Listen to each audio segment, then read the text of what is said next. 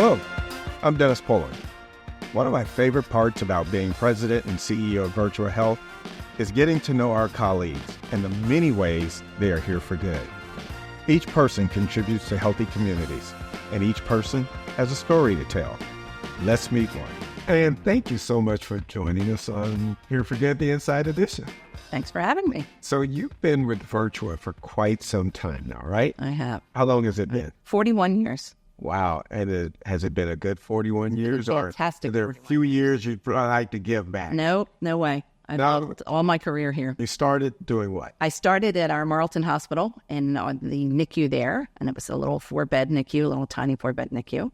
And then they closed maternity there, moved us to Voorhees, to a bigger NICU. And I worked there until they closed that hospital and built the new one. So I had the same job at 3 places. We built the new one. We didn't really close it. Yeah. Now you manage our perinatal bereavement program, correct?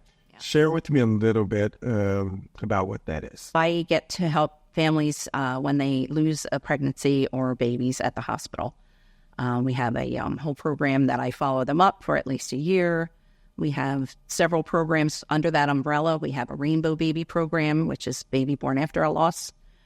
We have a palliative care program where they know that their baby's life may be limited, and we make a plan for that, for what's going to happen when the baby's born. You have an opportunity to support mothers oftentimes when they're at their worst. They've gone through one of the most traumatic things that any woman could perhaps experience. And do you feel they are accepting of the type of support the program provides, or is it difficult for them to be yet even more vulnerable to accept that type of help? I think it's how they're approached. And I tend to have, I guess, a gentle approach. People take to me very easily, and they're very willing to accept help. And because they feel like they're the only person this has ever happened to.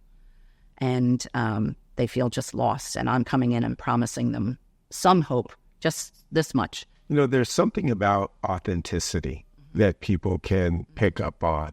And you being vulnerable to them in one of their most vulnerable times, I think perhaps makes it easier for them to be accepting. Where do you find that inner strength to put yourself out to help them in that way?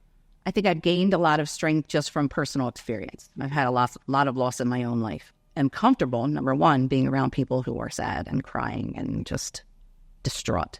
I can, just share with from my experiences of how I like to be treated at the time and how I think other people should be treated. Experience tends to be one of our greatest teachers, right?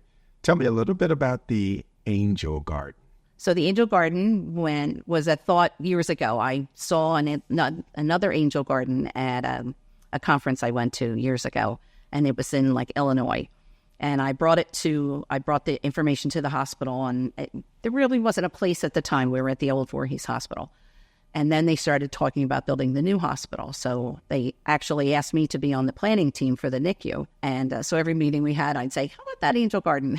So we raised a lot of money. My coworkers and I went on a spree of fundraising, and we raised a lot of money with the lost parents as well to build the space that we have now, where parents can purchase a plaque, and there's water that runs behind the plaques, and it's just such a beautiful place. It's a space that allows them to sort of either grieve or reflect or, share joy, whatever they feel is necessary for them at the time. You mentioned raising money. I know you have a unique partnership with our philanthropy team in supporting the program by raising money. And one way that's done in particular is and correct me if I'm wrong, is it the Run with Docs or docs running after folks or chasing doctors? No chasing doctors.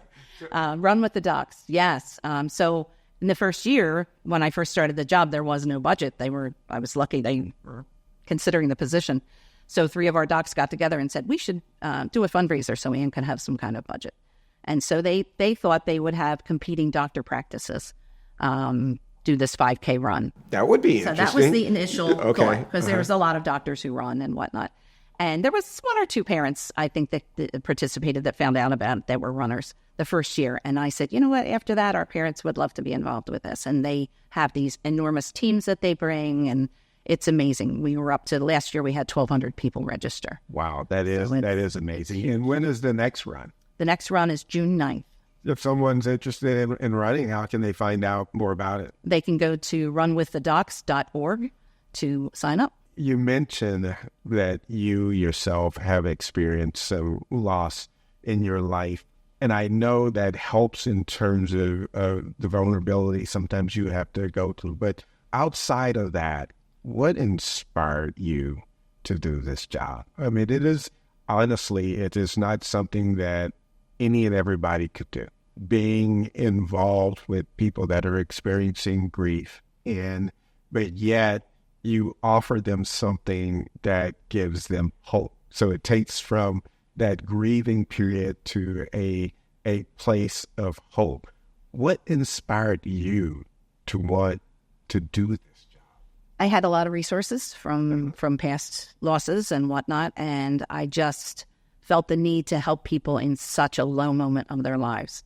Just to, like I said, give them just a glimmer of hope. It's not making it better. Isn't that emotionally taxing? Yeah, absolutely. At times, sometimes it's overwhelming because we have so many losses at one time and whatnot. But I think of myself having the capability of completely being in that sacred space with them, but then leaving all of that in the sacred space with them. If I try not to take it home with me, or take it, for the rest of the day or whatnot, I can just leave everything there with them and know that I did the best job that I could when I was with them. And that's important because at the end of the day, we are people caring for people. Mm-hmm. And I think when someone's at their lowest point, it's having another human, another soul, sort of help to lift them up. Mm-hmm. And clearly, you've done such a great job of that. I know in 2022, you were named a Celebrate Caring person by Independence Blue Cross, correct? Yes. Share with us what that meant to you and actually what it is and what it meant to you and how that impacts the work you do today. It meant a lot, number one, because I was nominated by a former coworker from the NICU, and she thought about me when it came to being a caring, caregiver. That makes it special in of itself. Yes. You never know what your coworker's going to say. I know. So to get one to say something nice is pretty special. It was a wonderful award. I was speaking about it earlier. That we got to go to a Phillies game and eat in the executive dining room and sit in a box, and there was just a lot of wonderful, perks to it.